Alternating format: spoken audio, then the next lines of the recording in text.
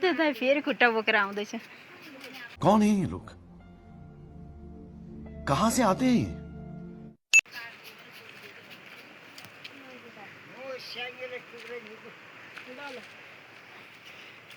टिम्बु टिप्नु हिँडेको मान्छे फेरि खुट्टा बोकेर आउनुभयो। कैसे कैसे लोग रहते हैं यार यहाँ पर। अच्छा हमको सिखा रिया है।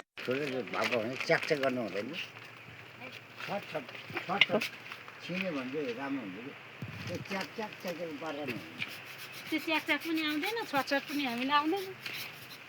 टिम्बु टिप्ने मान्छे पखाना म पुग्दैछु उहाँहरूको छुट्टै भएको नि तपाईँ छुट्टै भएको होइन एउटा एउटा अब एउटा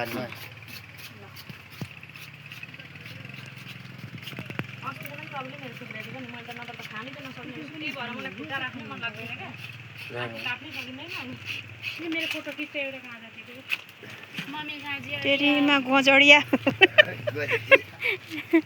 एकछिन खुट्टा बोकेर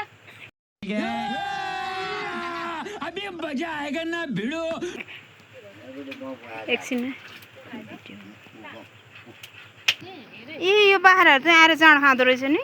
अनि यो कट खाने हो नि त उनीहरू। त्यो यो गरे कसको बाख्रा हो यो?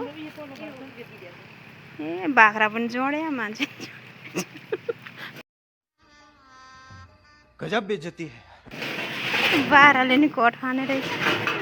तँलाई पाल्ने नै जाँड खाएपछि त खानु परिहाल्यो नि होइन? पाउँछ होला। यो त जाँड खानु परिहाल्यो नि। कति ठुल्ठुलो बाख्रा है तर ठिस एकचोटि ढोगो।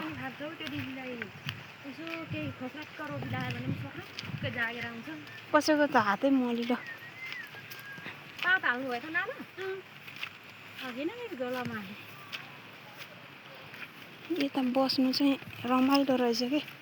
खोइ त नि त्यो ल्याएन है, ल्याउनु भएन नि? के त्यो खाँदै जाने भन्ने पर्दैन, म खान्न अब यति भोलि पर्सि आउँदा खान्छु। कराई लिएर आउँदा खान्छु ल। Thanks for watching. सबैले किनेको छ मेरो घरमा छैन, म तिमीलाई सेलको बड्डु कराई ल्याइदिन्छु।